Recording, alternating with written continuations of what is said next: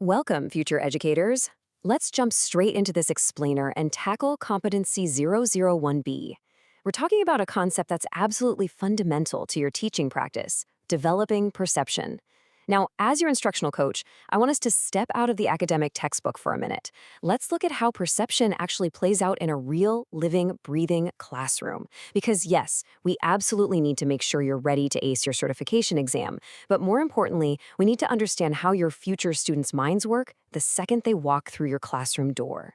So I want you to picture this. You're stepping into your future classroom. It's early morning, and you've intentionally set up a nature table right in the middle of the room. You've got these dry, crunchy autumn leaves, some prickly pine cones, and bright, soft flowers scattered all over it. You set this up for your kindergartners to explore before you ask them to sit down and draw.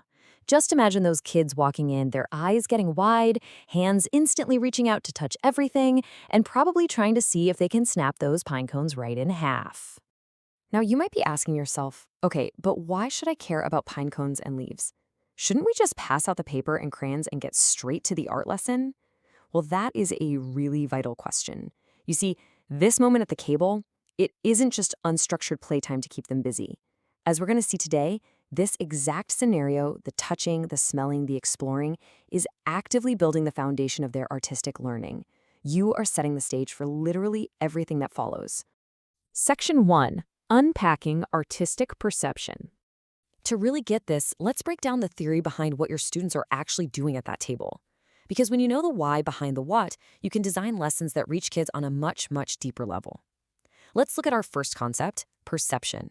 Formally, it's the process of interpreting information gathered through the senses.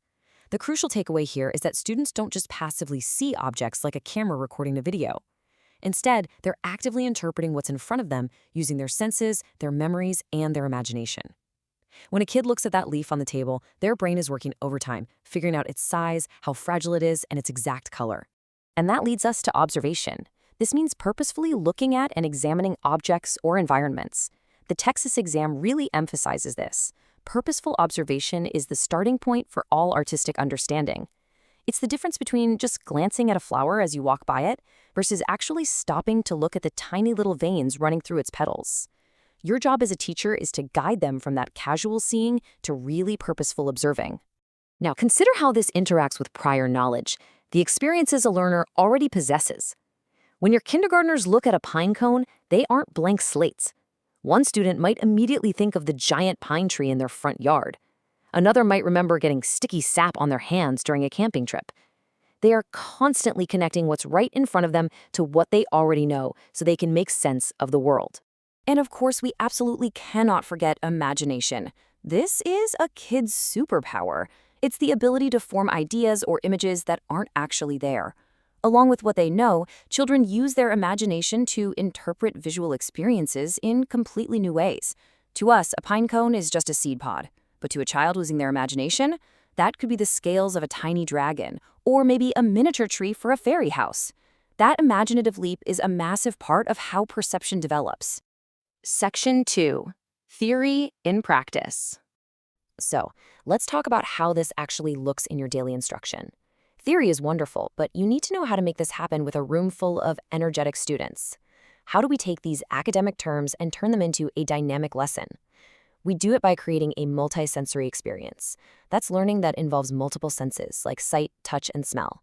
If you just hold up a picture of a pine cone at the front of the room, you're only engaging their sight. But by letting them hold the physical objects, feel the sharp edges, and smell the earthy leaves, you're providing a rich, multisensory experience.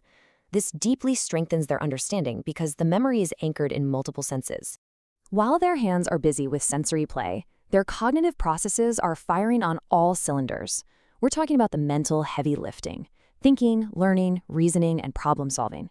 As they feel the rough textures of the leaves and compare them to the softness of the flower petals, their brains are actively categorizing, comparing, and reasoning through the physical world right there at the table.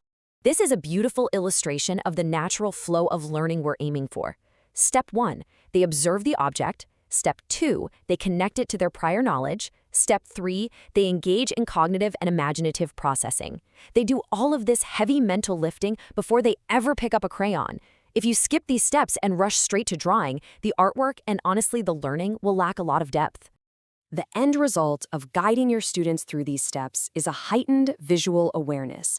This means they now have a conscious attention to visual details and relationships. Because they spent time observing, touching, and thinking about that leaf, when they finally go back to their desks to draw it, they aren't just making a generic green blob. They're drawing the jagged edges, the stem, the veins. They are prepared perfectly for the act of creation. Section 3, your instructional decisions. Okay, coach moment here. Let's pause and reflect. Understanding how kids learn is only half the battle. The other half is making really deliberate choices as a teacher. Ask yourself, what instructional decisions would make this nature table actually effective?